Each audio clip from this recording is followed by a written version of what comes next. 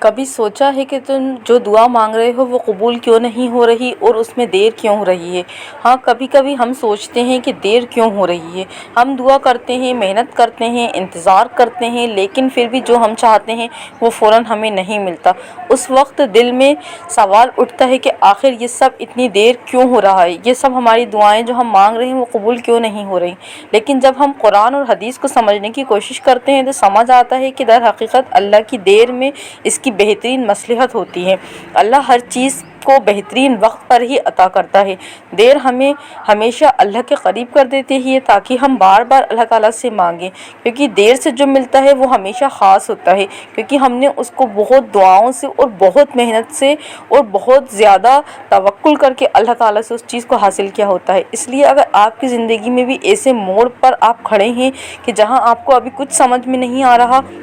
تو مایوس بالکل نہیں ہونا ہے، بلکہ اللہ تعالیٰ پر توکل رکھیں اور اپنے رب کو کبھی بھی یہ نہیں سوچیں کہ اللہ تعالیٰ آپ کو نہیں سنبھال رہا ہے یا اللہ تعالیٰ آپ کی دعاؤں کو قبول نہیں کر رہا ہے۔ آپ یہ سوچیں کہ اللہ تعالیٰ دیر اسی انسان کے لیے کرتا ہے جس کو اللہ تعالیٰ محبوب رکھتا ہے اور بہترین دینے والا ہوتا ہے۔ کبھی کبھی ہم دیکھتے ہیں جلد بازی میں جو کام کیے جاتے ہیں وہ ہمیشہ بگڑ جاتے ہیں، تو اللہ تعالیٰ بھی ہمیں جلد بازی میں کوئی چیز نہیں دینا چاہتا۔ اللہ تعالیٰ نے ہمیں اپنا محبوب بندہ بنایا ہوا ہے، اس لیے اللہ تعالیٰ بہترین وقت پر ہماری چیزیں ہمیں عطا کر دے گا۔ اپنی جو دعائیں ہیں وہ اللہ تعالیٰ کے پاس آپ محفوظ کر دیں اور آپ چل کریں، یعنی کہ آپ اس چیز پر دھیان ہی نہ دیں، آپ پھر اللہ تعالیٰ کی عبادت میں لگ جائیں، تو اللہ تعالیٰ آپ کو بہترین وقت پر بہترین طریقے سے جو چیز ٹوٹی پھوٹی ہے اس کو بہترین کر کے آپ کو دے دے گا۔